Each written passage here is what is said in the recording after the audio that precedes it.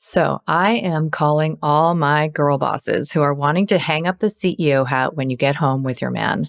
But the thing is, you're really good at getting shit done. Like you're organized, effective, you're an amazing problem solver and planner. And there may even be moments where you feel like you're better at being a man than your man. I get it. But the thing is that we are slaying at work. And then we're coming home and doing 70% of the invisible labor as wives and mothers. And if you're like me, you've reached a wired and tired burnout. And you just want someone to take care of you, make your life easier, and you just want to exhale. We have so much more power in our relationships than we've ever been told. And it isn't because we're better at doing shit, because we get what's going on and we see the truth. And it isn't because we can handle so much. But we're confused about how to be a woman in the world today, how to be a wife and a partner, and how to get the protection and providership that we yearn for, even though we can take care of our damn selves. Resolving this confusion has to do with offering your nervous system safety so you can respond differently and learn how to behave in ways that are aligned with your heart's desires so you can evoke the man you've always longed for out of the partner that you choose. So I'd love to share a free, no obligation consultation with you so that you can slip out of that pantsuit into something more comfortable. So sign up and see how I can help you access your softness without adding anything to your to-do list. The link is in show notes and at kellybroganmd.com/consult.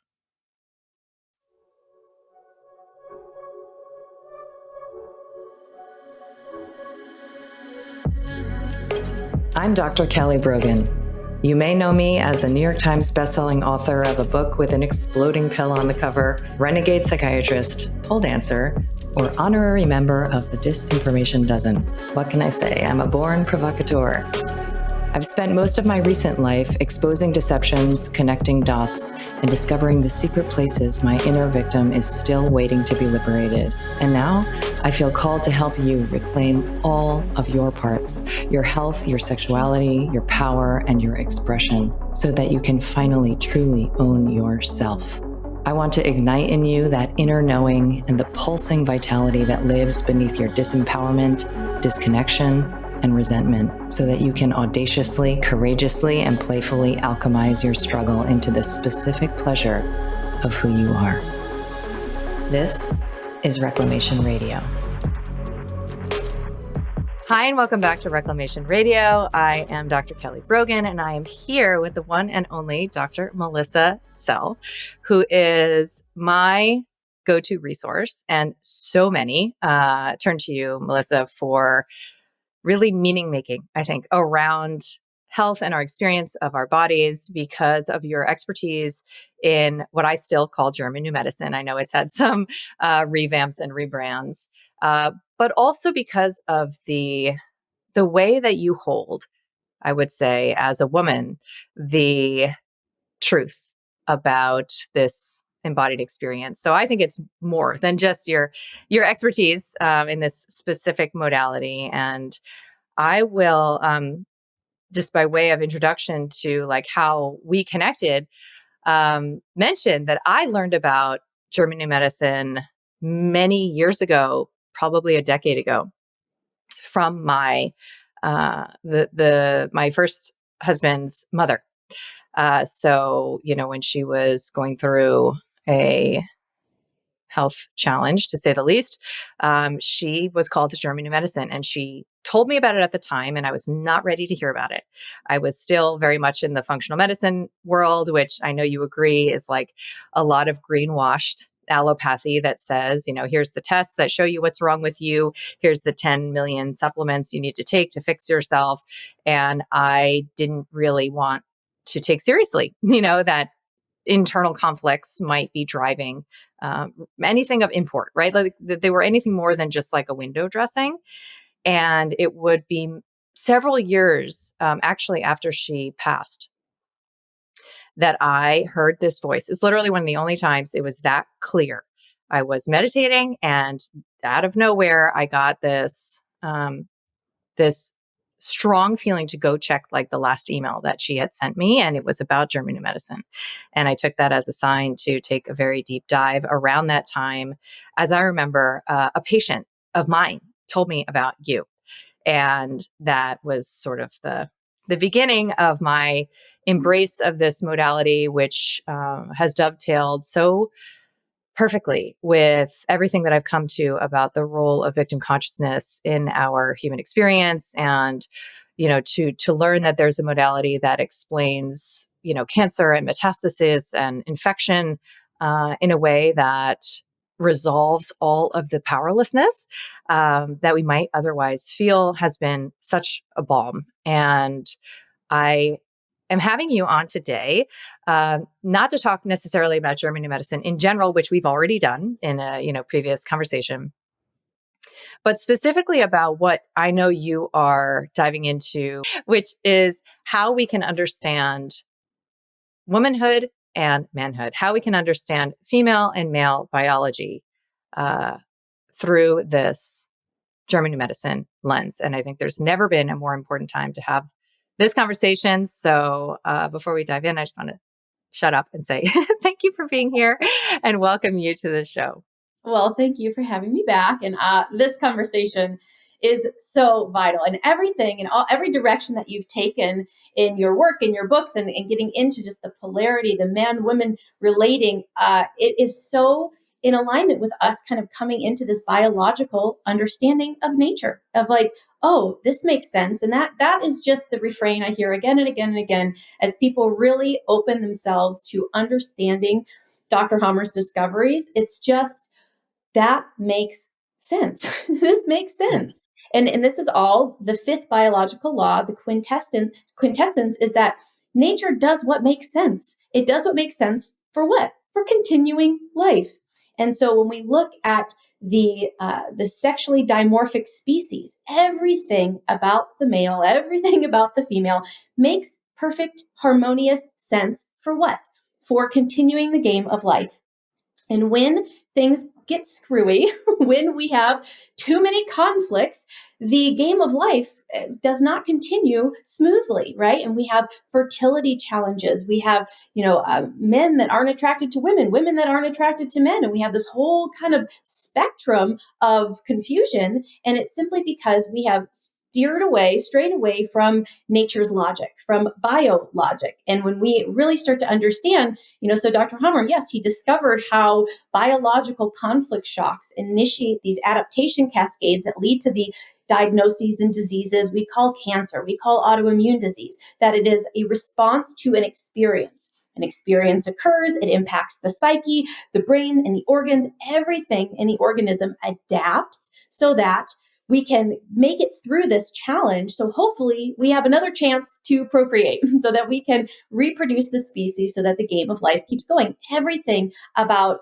Germanische Heilkunde, German New Medicine, Germanic healing knowledge, it is about life. It is pro-life. It is pro-living. It is pro-reproduction and allowing organisms to be in their natural state where procreation can best take place. And so for when you are born a male or a female, and your brain is wired in a particular way. You see the world differently when you're a man. You see the world differently when you are a woman. And this is because nature needs it to be this way. Your body is constructed differently. The man, he has bigger muscles and stronger, thicker bones. Everything about him is bigger. And the woman, and she is smaller, and her hands are smaller. And she, this is actually very funny because I have a cow.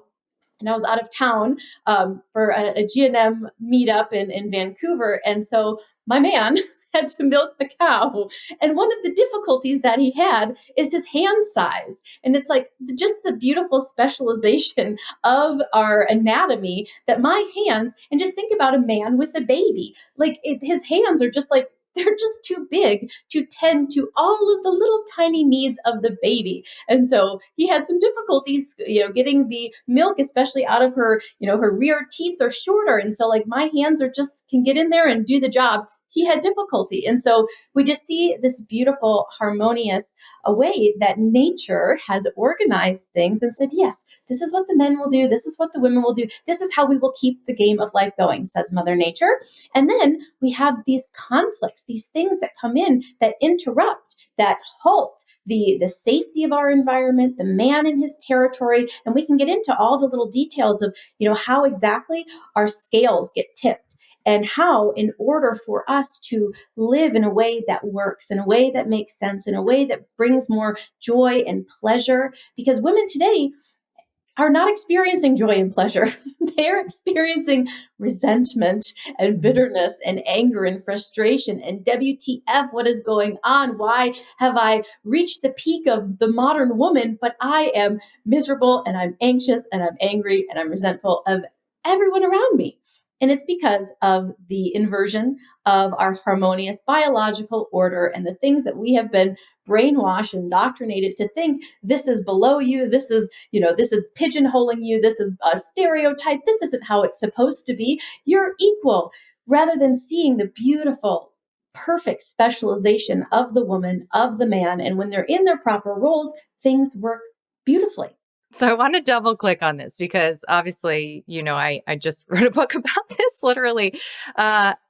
This exact subject you just summarized so eloquently. And I know that you and I have very similar perspectives when it comes to the impact of certain agendas, whether it's feminism or sexual liberation or even the new age, on the neutralization of these biologically distinct roles that we are born to play as man and as woman. We haven't discussed this, but I'm sure we share a perspective on what happens when the family unit and the marital covenant are assaulted in this way, and what you mentioned, which is the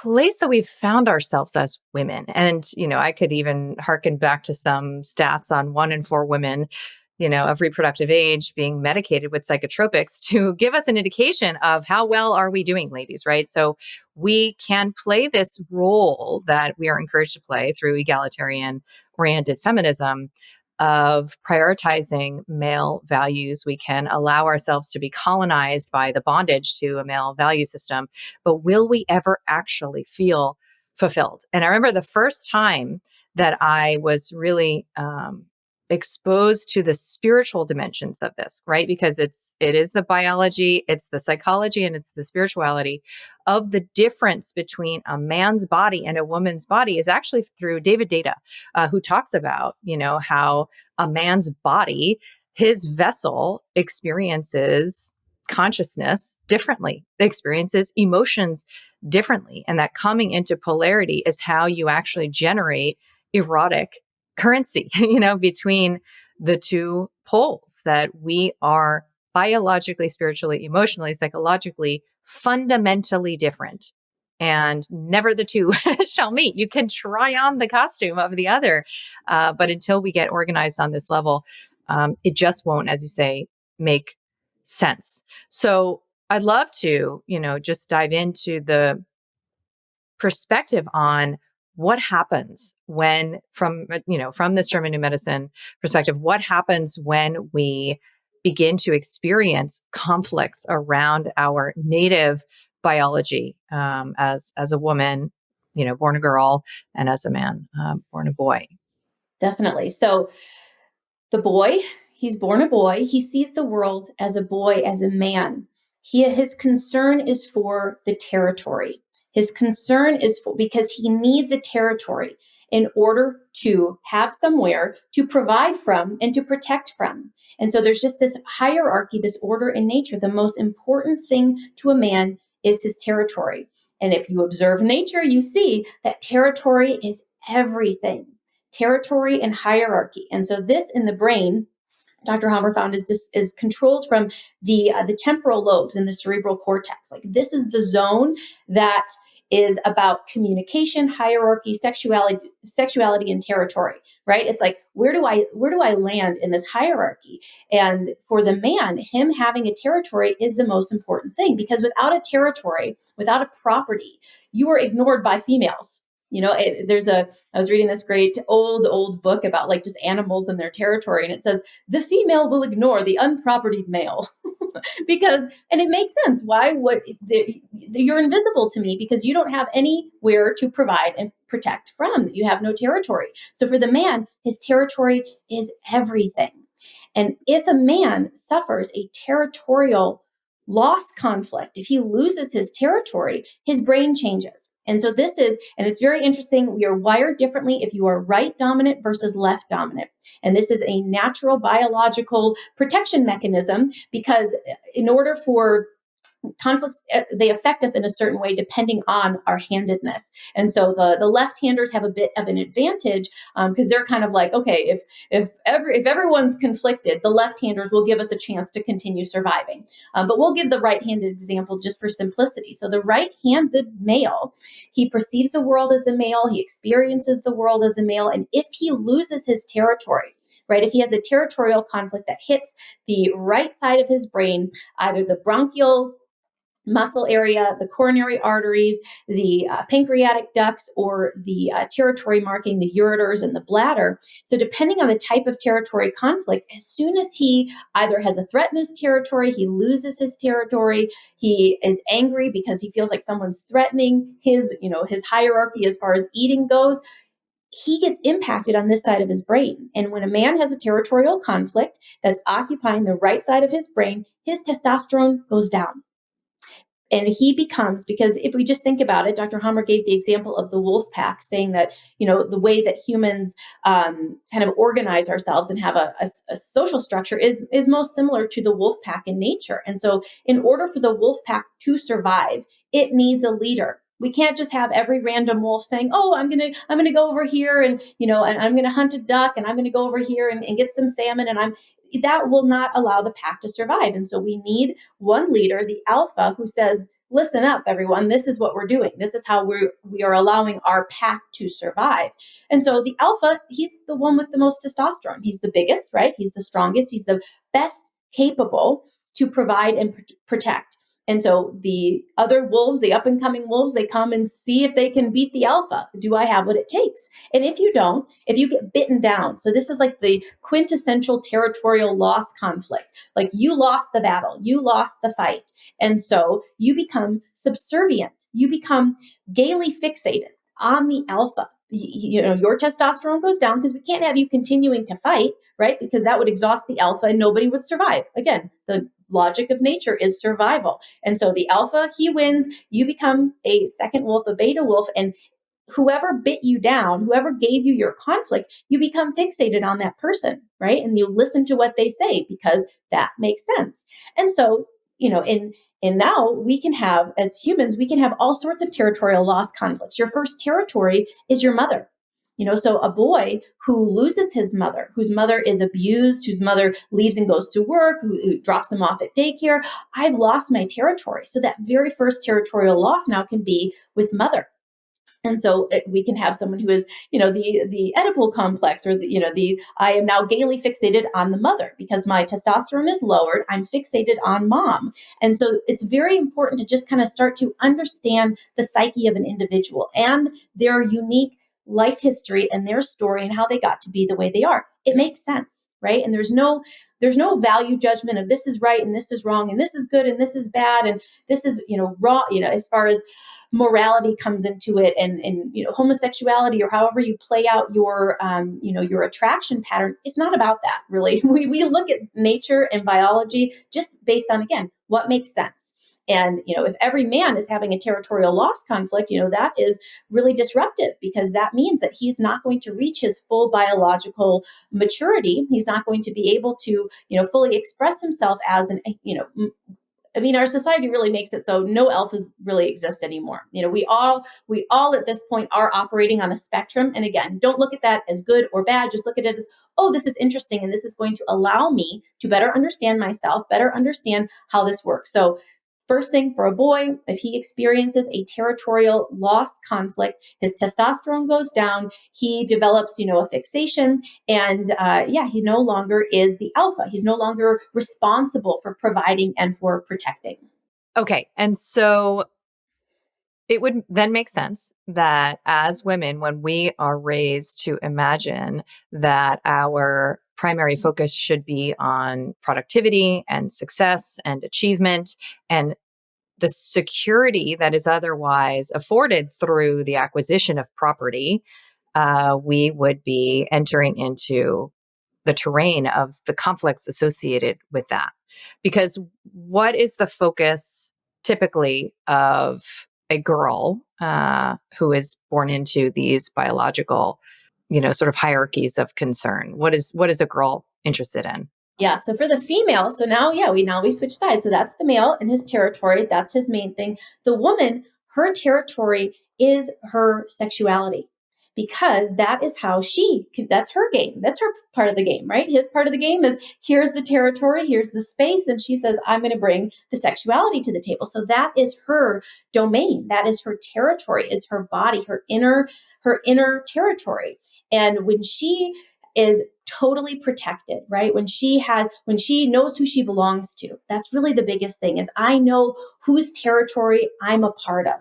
I'm provided for and I am protected. And if this is when you just kind of think about the little princess who has never wanted, she's never been uncertain about where she belongs and who she belongs to, right? She's the princess of this kingdom. And this is all, her daddy takes care of all of it for her, right? And she is protected and provided for every step of the way until, an eligible young man who has his own territory, right, comes to the kingdom. And then he is, so she always, there's like the chain of command, she always has someone, right? She's always That sheltered. sounds fucking fantastic. Well, just think about it. She's always cared for. She's always sheltered. She's always protected. She's always had an umbrella. She's never been out in the rain on her own, right? And daddy holds the umbrella and then hands it to her husband. And then she is taken safely off to his territory. And this is how it would be. This is how nature would have it to be in order for a full mature woman. Because that's the thing, is when we have these conflicts, the first conflict, changes our hormonal status. And then inevitably, most people are having another conflict on the other side of their brain. And when that other conflict occurs, we have a constellation and we emotionally freeze at that age. And you can tell a person's emotional maturity based on how they respond when triggered, right? And so when you're triggered, if you shout and scream and throw pots and pans and you freak out, that means that you think about what age of child has that type of tantrum, right? And so the thing about emotional maturity is that you can continue to mature intellectually beyond the emotional maturity freeze. And so that's why we see, people who have intellectual interests, interest in going to school and getting degrees and, doing all sorts of things in the intellectual realm, they have this, their emotional maturity was frozen at some point, and this is what is developing for them. And so the woman, the girl, her body, her sexuality, her territory, she needs to know that she is safe, provided for, cared for. She knows who she belongs to. And so for her conflicts are uncertainty about the male in her life. So if her mother is fighting with her father, if her father leaves, if there is obvious things like, abuse, sexual impropriety, things happening to her body where she's violated, that's an obvious unsafe, I'm unsafe in my sexuality. Right. And so her left side of her brain, and again, all of this is orchestrated and controlled, via the psyche to the brain, and the brain tells the story, shows us, okay, this girl had a, territory, her sexual conflict, sexual frustration conflict is about being mated. And again, knowing who I belong to, knowing where I belong, that belongs to like the identity conflict.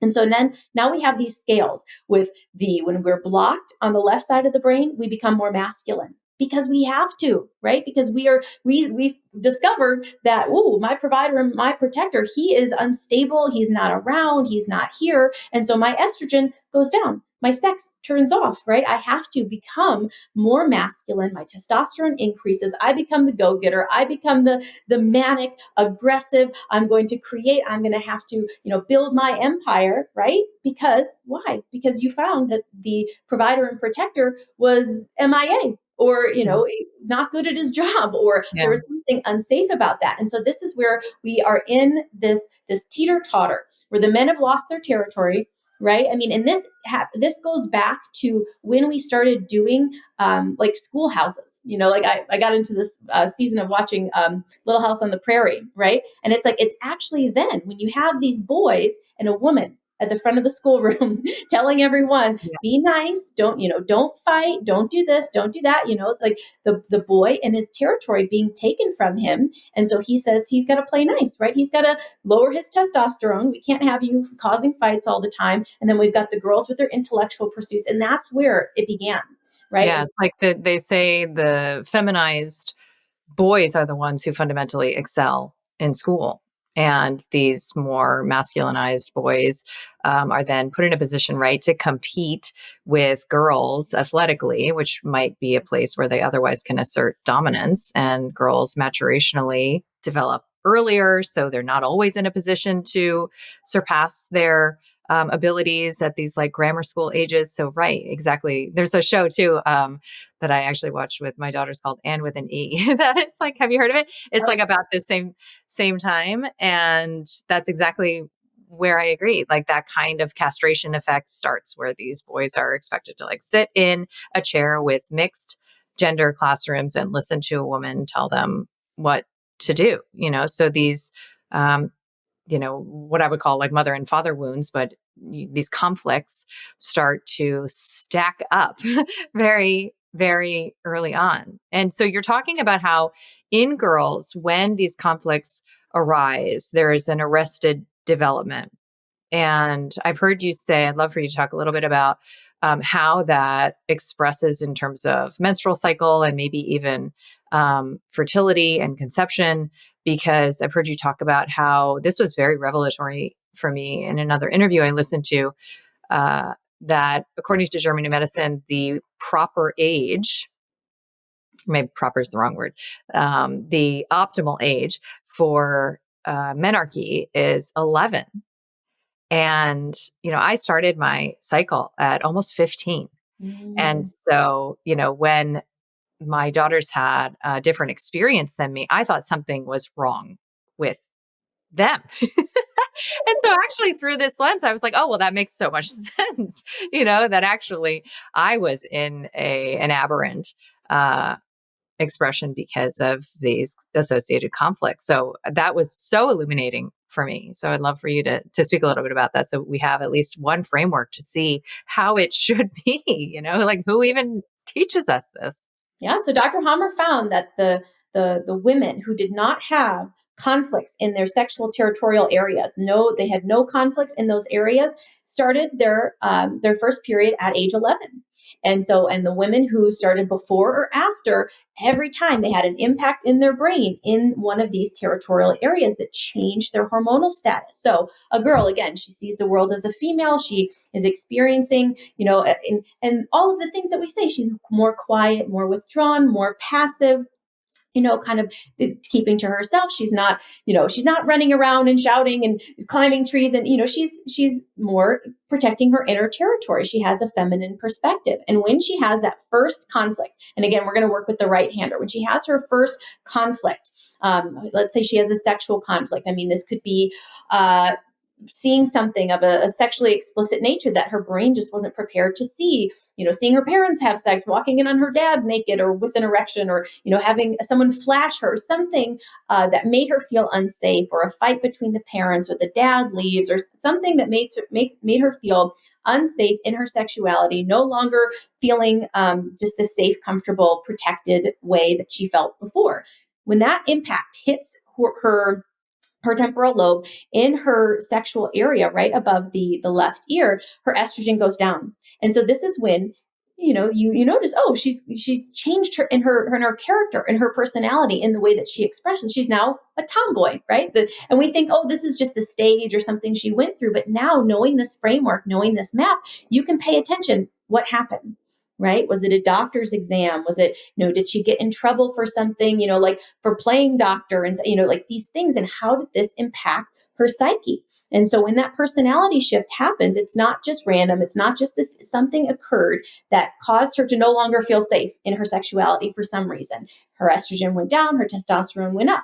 And so she is now no longer going to start her period at age 11. unless she happens to have a conflict on the other side of her brain. So a girl who has a conflict on the left side of her brain, she now is seeing the life more through the lens of a male, right? She's kind of concerned about her territory.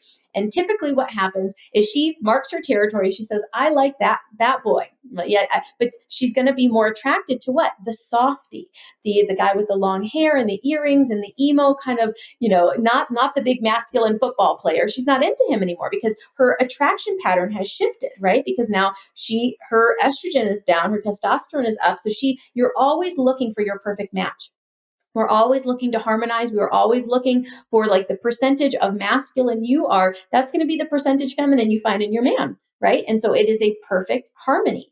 So she's going to be attracted, she marks her territory. She says, oh, I like that guy.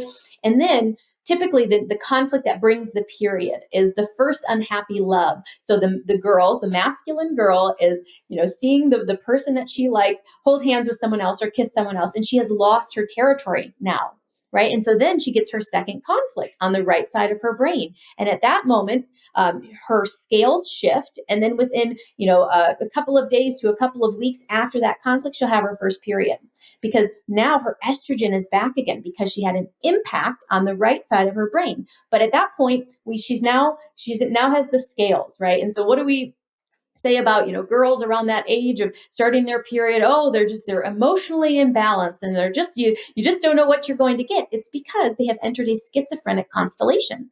That Dr. Hammer, this explains every quote mental illness it is a biological adaptation to experience. And so and I remember my high school experience with girls around that age. I mean, many of my girlfriends were on psychotropic drugs and they swing from manic to depressive. And now we have a map to understand exactly when and why that happens. Because when you step on the track of the right side, you step on the rejection track, right? The loss, like, oh, I got rejected. He didn't want me. Or, you could get rejected by your parents even. Most people, their tracks are around mom and dad, like you mentioned. And so you get around mom and you get super depressed. You get around dad because your sexual conflict was with him. Again, little girls, what do they say? I'm going to marry my dad. Like, they have this kind of, this love for this man. And so he hit any instability in him gives you a sexual conflict, right? And so he becomes your track for becoming manic. So you get around your dad, you get super manic. You get around your mom, you're depressed. And it all depends all of the time. And women, you just need to start paying attention to this. You have to map this out for yourself. What do you think your first sexual conflict was? What do you think your first territorial loss conflict was when you got your period? Right. And you most likely are, because most girls, it's pretty reliable that your emotional maturity age is the age you got your period, because we know you had your first conflict and then we know you got your second around that time, and so that is. In these conflicts, a lot of people will then be like, oh, what can I do? How can I reverse this? A lot of these ones, these early ones, you can't, they're there, right? They're kind of like in your neurology, wired in there. And you will not get to a point where you get rid of them and resolve them, which is totally fine. You're going to learn to navigate within it. You're going to learn, ooh, that's a manic track. When I step on this one, I get super manic and high strung and aggressive, and I'm outgoing and I'm yelling and I'm shouting, and it's like, oh, I'm on my manic track. Right.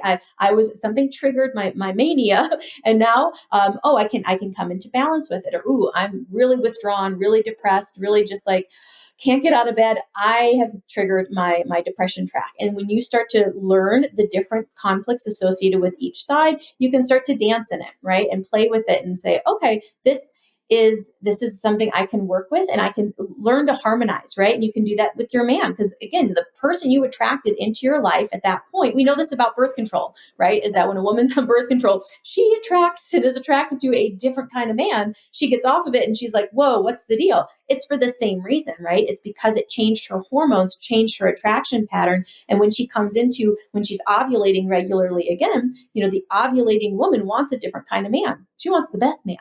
She wants the one who's what? Most capable of providing and protecting. And this is where we get into such trouble in our relationships and in our dynamics, because the woman does have this, this biological need for the best. And so it's very easy for her to go into resentment for literally anything that her man is doing because, she kind of has this biological incentive to shit test, to be like, are you the best? Are you the best? Are you the best? And if you're not aware of that capacity within yourself, and you're not understanding kind of the dynamics of your relationship, you can destroy him. And this is what most women very unconsciously do, is destroy their man, simply because they don't understand their biology. They don't understand the state they were in when they attracted this man, and how things have progressed.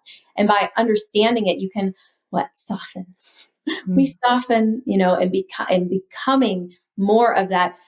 The woman that you desire to be will allow the man, because again, it's a constant tipping of the scales, a constant back and forth. And so this is the thing, is when you and your partner are getting along, it's likely because you're in a good harmony in your hormonal states. But when you tip the scales to a little more masculine and manic, right? It's difficult. You find judgment. You're having territorial conflicts all over the place with everything that he does. And what does he do? He just withdraws even further.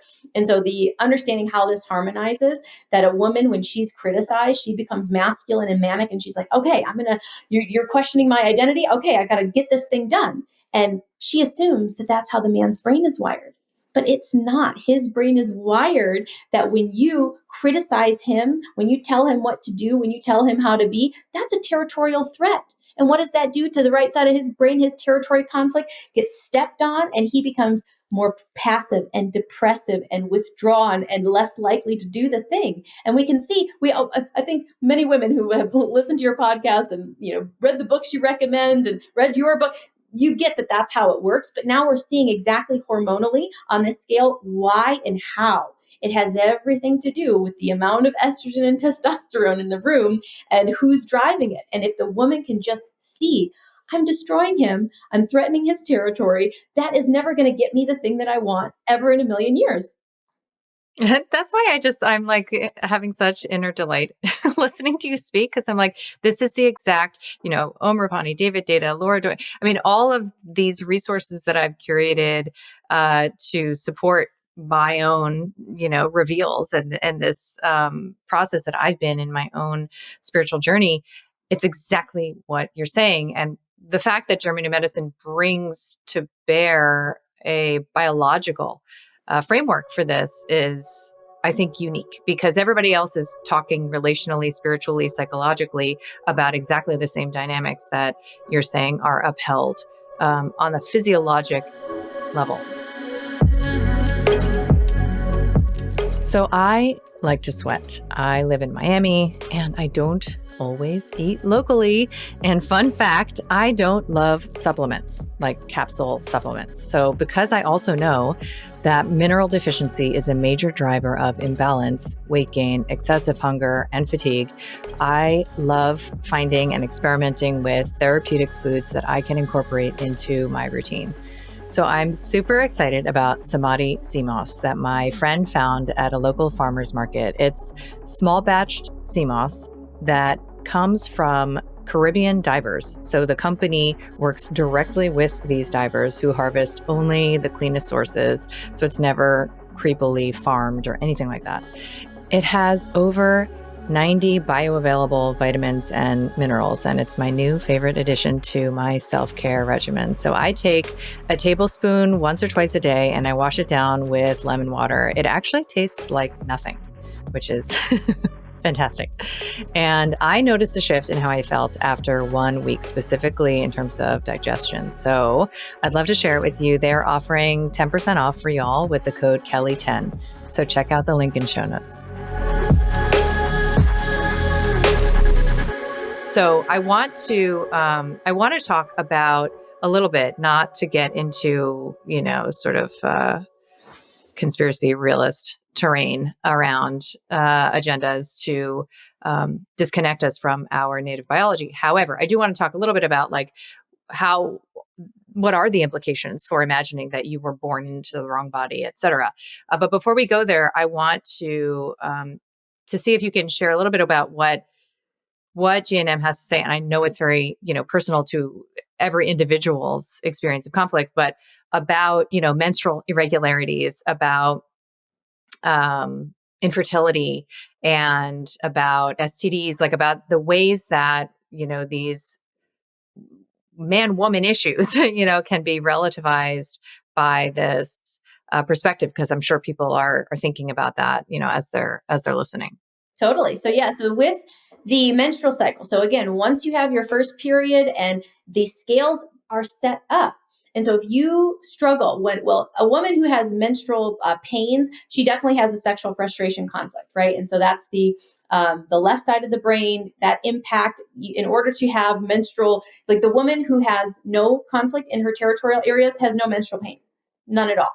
But and if you do have menstrual pain or menstrual irregularities, we know you're running the sexual frustration program. And the sexual frustration program is not about sexual gratification. It's about not being mated, right? Not knowing who I belong to, not knowing who the father of my children is going to be. And if you are with a partner and you're like, I don't know if I could see you as the father of my children, that's a sexual frustration conflict. If you are not partnered, if you are single, that's a sexual frustration conflict because you do not know whose territory you belong to. You do not have someone, you don't have that shelter. You don't have that provision and that protection that is needed for your sexuality to be safe. So most modern women, it is pretty safe to say you're running a sexual frustration program, and this causes adaptations in the cervix. So if you've ever had an unusual pap test, it is because you are running this program, and nature says, okay, if you are sexually frustrated, we need to widen your cervix. We need to make adaptations to this tissue so we can ensure procreation,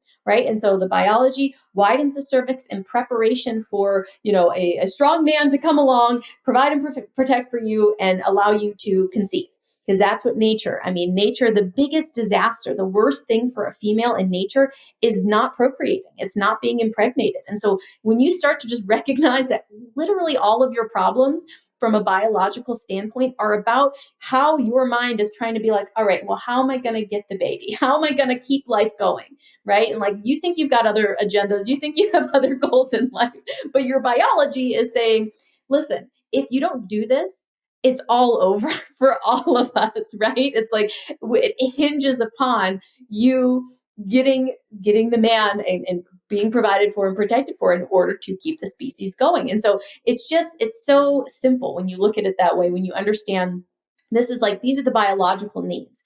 And when you recognize the biological needs, you've got tons of psychological needs, you've got tons of other needs, and that's because we've got the hierarchy out of order, right? We're not taking care of our biological needs, our most innate, basic. This even goes for just basic health and lifestyle things. It's like, did you go for a walk today? Have you gone into the sunshine? Are you, do you drink when you're thirsty and pee when you need to go? Like, do you listen to your body?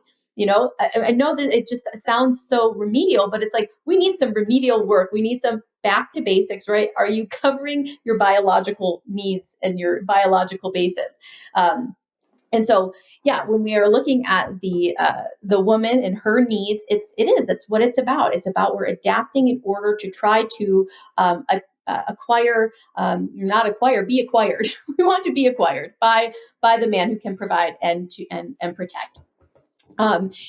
Yes. And so that causes a cervical adaptation. And so HPV, here we go. We are understanding a diagnosis label that we slap onto people and say, oh, you need this prophylactic injection to avoid this thing. Well, how is an injection going to stop you from not knowing who the father of your children is going to be? Right. And so also all these scales really are determining what your menstrual cycle is like. If it's short, if it's long, if it runs longer than 28 days, you're running that sexual frustration track. Right. And so you're more manic in the month than you are in the balanced state or on the other side. If it's short, we're running a right-sided program. It's more emphasized on the estrogen scale, right? And so that would cause a short cycle. And so if yours goes short, long, we know that you are stepping on certain conflicts. If you're having difficulties conceiving, right, you have to pay attention. And if you're having your cycle and you're having difficulties conceiving, we have to look at several conflicts. One can be a double loss conflict. So that affects the ovaries itself. So this is coming from, not from the cerebral cortex, but from the ovarian level. And so this is a loss conflict. So if you've, had miscarriages, if you've had losses in your family, lost pets, lost, loved ones, that causes degradation of the ovaries. And that also obviously will prevent ovulation, that will prevent your normal hormone cycle. So we have to see, are you running that program? Another program that causes fertility issues is a prolactin conflict. And this runs from the brain, and it has to do with not being able to feed the offspring, right? So if you're, again, uncertain about your financial status, am I going to, like, I want to have a child, but will I be able to feed that child? That can trigger the brain to increase your prolactin. And so your body kind of thinks you're pregnant and so you can't, if your body thinks you're pregnant, you can't conceive. And so that's another one. And then the big one, though, are these scales. It's really understanding how often am I stepping on my masculine track, right? Women who work, women who run a business, women who are, in the doing the thing they went to school for, right? They are manic when they're in that state. And so when you are working to, how do I harmonize this? You have to look at everything through this lens of, is this a manic masculine activity, and how am I going about it? Right? Because I do think that there are ways to alchemize and to be more creative in how you go about doing your work, right? Or being really good and very clear at hanging the work up when you're away from the laptop, when you're away from your business, that you come in and you soften, you receive, you go into that, that quiet, that space, and just understanding what the traits are of masculine, feminine, and working to develop those traits, right? Working on receiving, working on, because it's actually really funny. I sent something to my friend today. I saw an ad. It was an ad for like a fertility tracker. And what does the fertility tracker ad say? Because, right, so a woman who is having wonky cycles, right, and she's concerned about her fertility, she's going to want to start monitoring it, right? And so this monitor, this fertility monitor says, feel in, and it highlights control of your cycle. Feel in control of your cycle. Like, they know who they're talking about.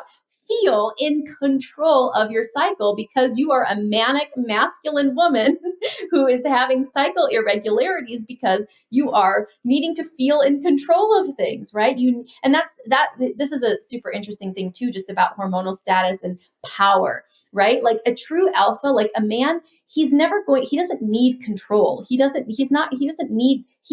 has it. He doesn't need it. And so he's never going to exert this undue control and power. It's only beta males, or so men who have lost their testosterone, who make it into a position of power. They're tyrants, right? Because they know they don't biologically kind of deserve the role of being this leader. And so they become absolutely unbearable, as do the women in positions of power, because she needs to be controlling, simply because she physically doesn't have the control. She's not commanding the audience, right? She's not the one, when there's an alpha, when the actual boss is here, it, you feel it. When someone who's been given the crown of boss, but they're not the boss, everyone knows it. And you can smell it. It's hormonal, right? and that's where understanding how these hierarchy dynamics work. There's always a hierarchy in nature. There's a metaphor. I don't know where I heard this first, but it's like if you have a man in a bar, right? And he's learning martial arts, and he's really enthusiastic about what kind of status might be conferred now that he's becoming a good fighter, right? So he's in the bar, and he's going to potentially even provoke somebody so that he can show his new moves, right? Whereas a seasoned master, would sit in that bar, and if somebody so much as glanced at him the wrong way, he barely has to move a muscle to assert his dominance, right? So there's this internalization of that kind of command and so-called control that isn't necessarily will-based. It's energetic. It's just, I love what you're describing, because I think it's felt, right? So that's why so much of this is it's a remembrance of what, as you always say, makes sense. So I want to touch just briefly, because I know this could be its own weekend workshop, on the STD concept, because I will never miss an opportunity to dethrone the contagion model. It's so pun intended, I guess. It's so penetrant, this concept that, you could be exposed to an infection through infidelity, that ends up being how a lot of women or men try to control the conversation around entitlements in relational dynamics. So yeah, what is the what is the one or two liner on STDs? And then I want to talk about sort of bigger picture societal things. Yeah, it's about experiences, not germs. It's about the experience. What happened? Again, why is it so common that a person runs out on the relationship and brings herpes back to the bed? They knew they had an experience. Basically, almost every genital adaptation, STD, is about separation. It's about wanting contact or not wanting contact, or more often having a split energy. I want this contact, but I also shouldn't be having this contact. I want it, but I also regret it. It was good, but, so it's split energy, right? And that's what causes the ectodermal tissue to adapt, erosion, numbing of the area, helping you to forget, oh, I want to forget that I did that. And then when you resolve it, that's when the sores come. That's, what we call herpes. It has everything to do with separation conflicts, wanting contact, not wanting contact, regretting the contact is really one of the biggest ones that I've seen almost consistently. Every time I talk to someone, it's like, okay, what happened? When did you start regretting this contact? When did you have it? When was the energy split, and figuring that out, and ultimately it is. It's like this uncertainty about who I'm with.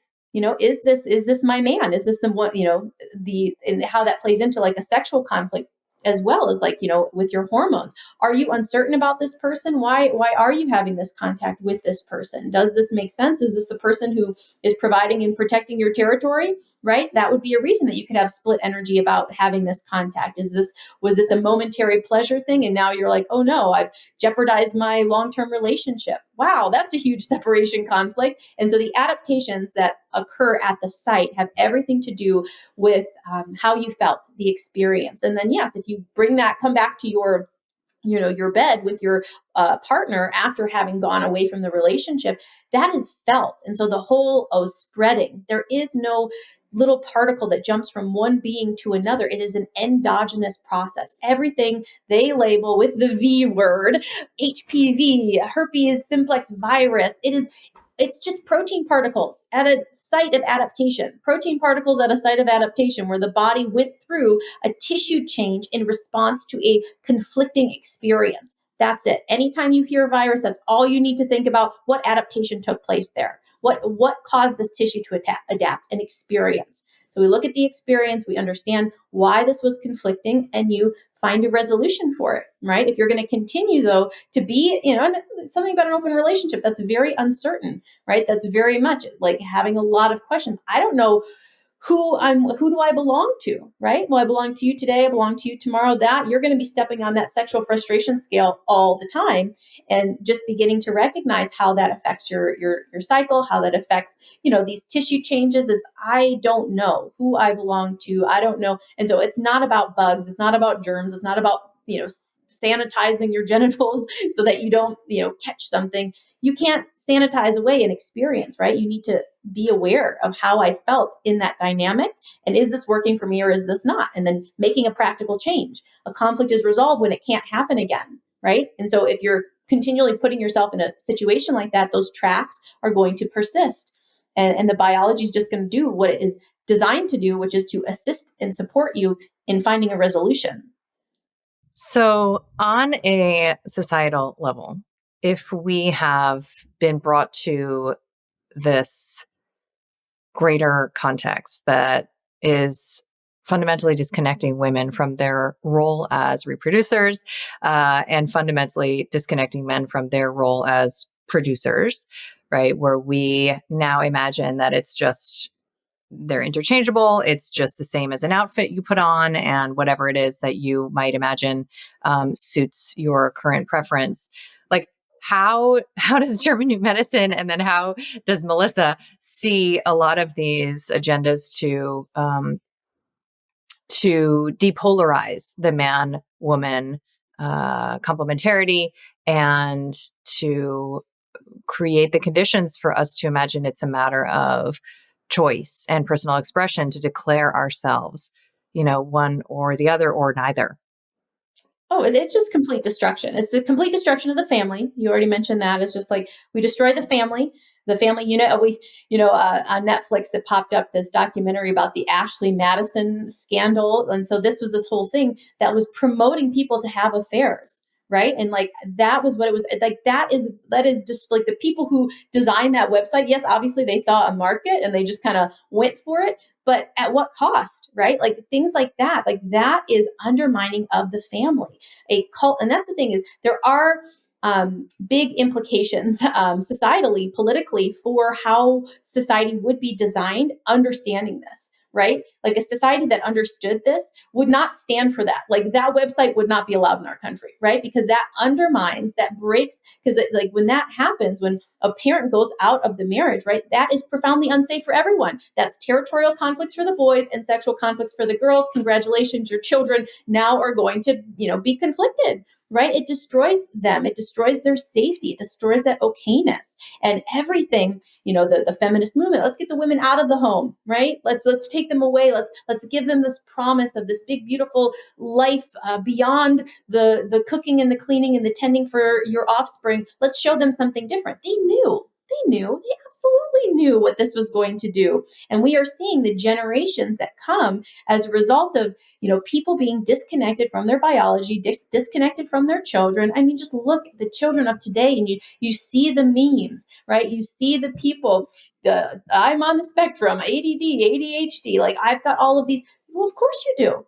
You didn't have that stable home life and you had conflict, right? And now you're just dancing with your constellations, and everything is about having that safety and that stability of the home. And when you destroy the man, you destroy his property, he has no territory, right? He has no homeland. He has nothing that he's fighting for. And so, he's just kind of going where the wind blows. And then the woman, she's looking for something, right? She's seeking something, and she's got all these men, and it's just like, no, it's not you, but I'll settle.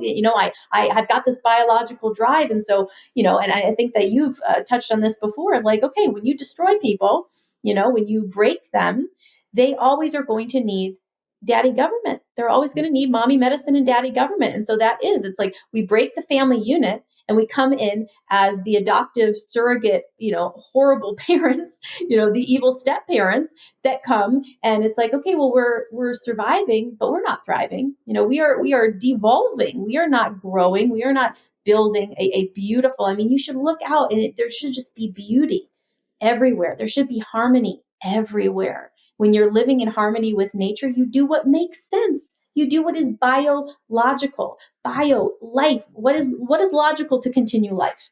How are we going to keep this game going? And, we know how to destroy it. We know how to destabilize it, and we know how to get you hooked on a system, right? You're always going to need that system when you're broken in this way, right? Women need to even reproduce, right? Because their sex is so unsafe and they feel they're always constantly in and out of these tracks that she's just like, but I really need to get pregnant. Huge billion-dollar industry, multi-billion-dollar industry. It's like, okay, yes, we can turn that into a commodity. We can turn this, we can turn that. And it's all because we're divorced from nature. We are not living in alignment. We are not recognizing. As soon as people recognize these biological laws, life starts to be like, okay, your priorities, right? We have to, those biological needs. It's so inverted, going after the intellectual needs and let me go to college and let me do this and let me do all of these things. It's like we have it completely out of order. And nature is simple, and nature does what makes sense. And we are complicated and we do what does not make sense. That is why we are sick. That is why, people feel so broken. And like to the point where someone truly doesn't feel at home in their body. Like, I actually saw something from, Elon Musk's son, who has transitioned. And like, there's kind of a whole big kerfuffle online about, things that he's saying about the child, and the child's like, he wasn't there. I read in the article, it's like he was never around. And it's like, oh, that young man lost his territory. He had a territorial loss conflict. He was probably concerned for his mother, right? Really concerned for, maybe even fixated on his mother, because his mother's like, here's my, high profile, husband. He's just gone. I don't know where he is. I don't know what he's doing. So she was conflicted, right? And this boy, his first territory is his mother. And his mother is, distressed, concerned, not feeling provided for and protected, maybe provided for financially, but not protect, like he's off somewhere else. And so that child gets fixated on his mother. His testosterone goes way down to the point. Cause again, it's all a spectrum. The intensity of the conflict determines how much you lose of your hormonal status. And then you add agenda driven things on top of it, right? And oh, I could be accepted here and I don't feel good here, but I could, kind of be something in this world if I transition, if I change the way that I present. And we can see this makes a lot of sense, right? This makes sense that this happened, and what we have to go back to. When did it begin? When did that young man lose his territory so severely that his testosterone and his perception of himself as a man completely shut off? And so that's where all of this can be understood through the lens of biology. Yeah. And I love that you bring also, because of your commitment to resolving the victimhood that can result from this perspective, right? Like, how dare they do this to us kind of energy. Like, I know you can also understand that even in solving psychospiritual and psychic conflicts through changing changing the biological expression, right? Surgeries and pharmaceuticals, even in choosing to do it in what we would characterize as an inverted way, that person finds belonging in a system, right? When you become indentured to the medical system for life, right? You become a lifelong customer who requires hormonal modulation or follow ups for your biological manipulations. There's belonging conferred there.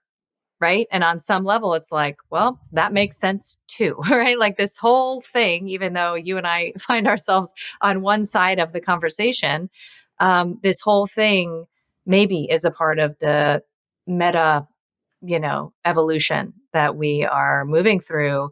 I talk about in my book how, looking at it through David Deda's lens, we're in this second stage, right? This neutralized territory where we aren't aligned with our essence.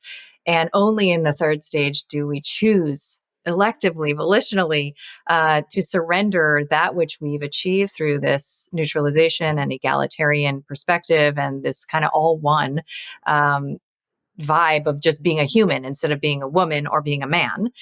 We can choose to align with our essence and through that, find and access this portal, to God. And so perhaps it's all in our development, that all this is going down the way it is.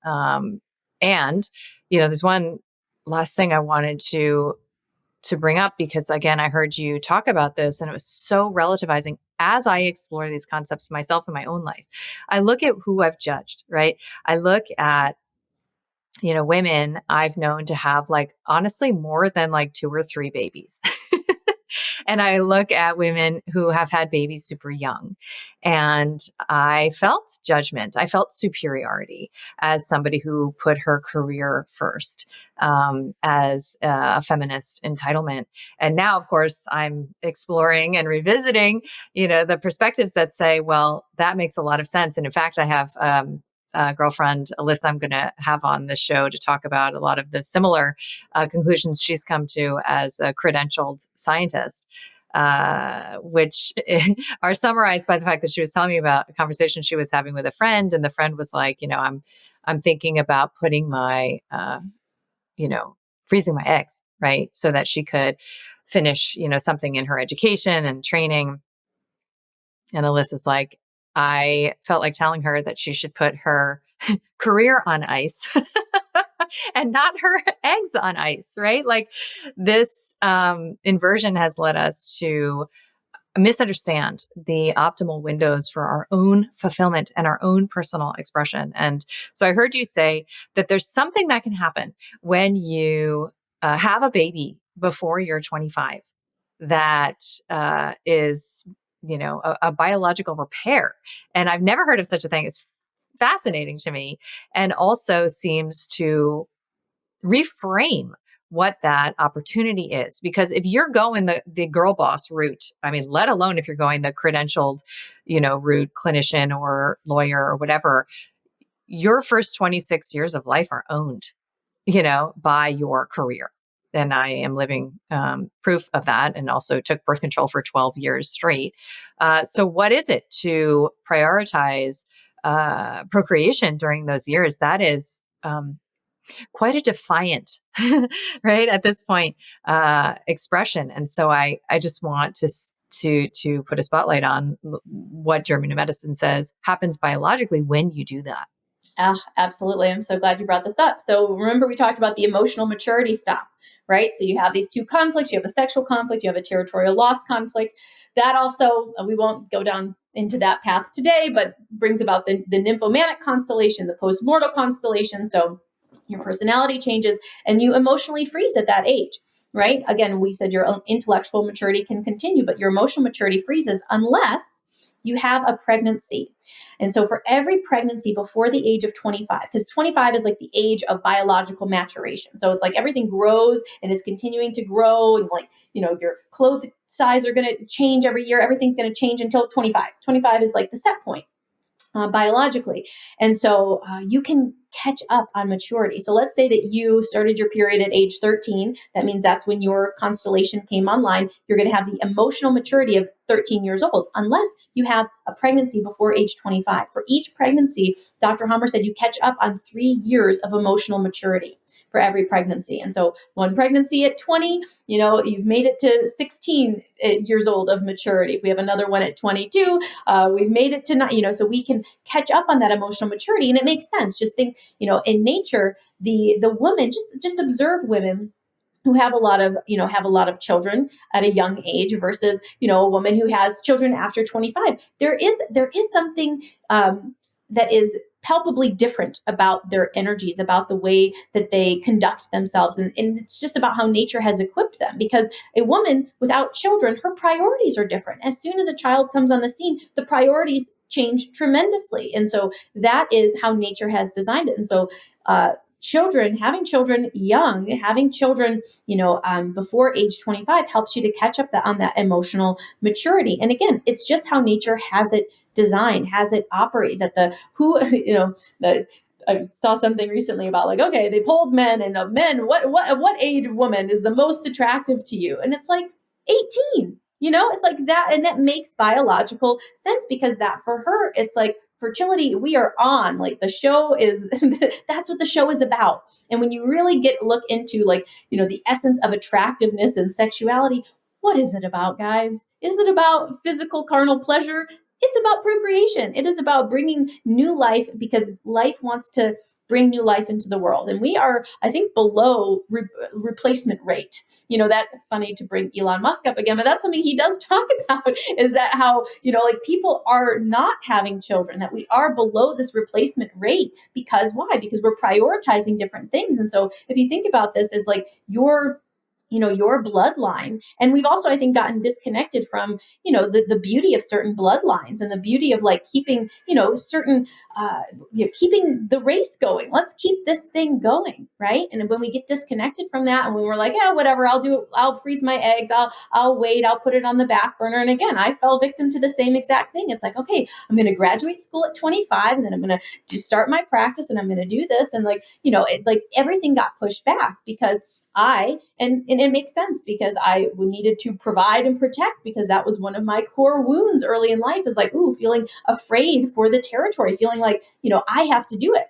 I've got to make money, because that was one of my big fears as a child that, led to so many of my early life conflicts. It's like, so that made perfect sense that I had to do that. But now in retrospect, it's like, and my nature. And I just know, like early on, I was very much like I remember I had a list of like naming my 8 sets of twins I wanted to have. And I gave them all names, and it's like, that's the drive of a young feminine girl, is like, what does she want? She wants babies. She wants babies, babies, babies. The more, the better, and so that's the next wave, girls. We are moving into the young love, like finding that person too, because that first love, that first time. And that's why it's important who your kids are around and who they kind of fixate on as their first love, because nothing's ever going to beat that. Nothing's going to ever beat the hormonal cocktail of that, right? Of like what that's like for both of them. And so if we built society again around this beautiful way, and kind of the idea or the reality for some regions of like arranged marriage. It's like the women in arranged marriages, they never have a sexual frustration. They'll never have a mating conflict, right? They'll never not know who the father of their children is going to be. It's like, this is our culture has set it up that like someone else decides. And that, in many ways can be more stabilizing, right? It's not romantic, and it's not, all the things that we have made love to be, but like partnership, marriage is very practical. Like in the olden days, it was just about practicality. It was just about, hey, I've got a farm, and you have an extra daughter over there who you can't feed anymore. It's like, she can come over here. Oh, she's got some sisters, bring them too, right? And that, it just made sense. Again, logic.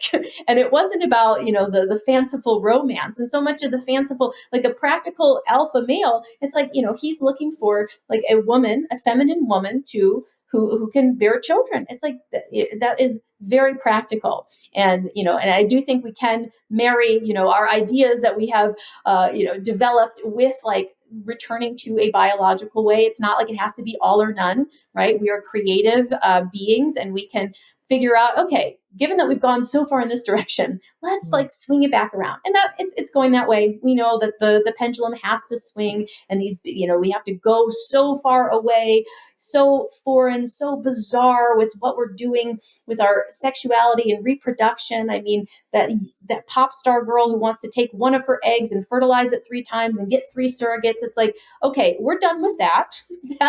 That's no longer going to be the direction and the role models that we have in the public eye. We're going to, that's over. And now we are, showing how we keep the species going, how we keep life promoting activities as like the forefront, the core of society, things that don't corrupt the minds and the biology of children, right? We protect them. We don't subject them to, sex education and things when they're 5 years old. We don't do that because that destroys the psyche. And they know that. And they know that the earlier they do it, the more locked that person is into what? Into the system, the mommy medicine, daddy government that will forever be reigning over their lives. And so this is about freedom. You are not free if you are stuck in these constellations, and if you're so dependent on a system, right? You can't be free. So that's really why German New Medicine, it's the medicine of freedom. It is the understanding of that's what the Germanic, like when you hear the word Germanic, it's not about like the country Germany. It's about the Germanic people who lived in harmony with nature, who recognized the biological way to live.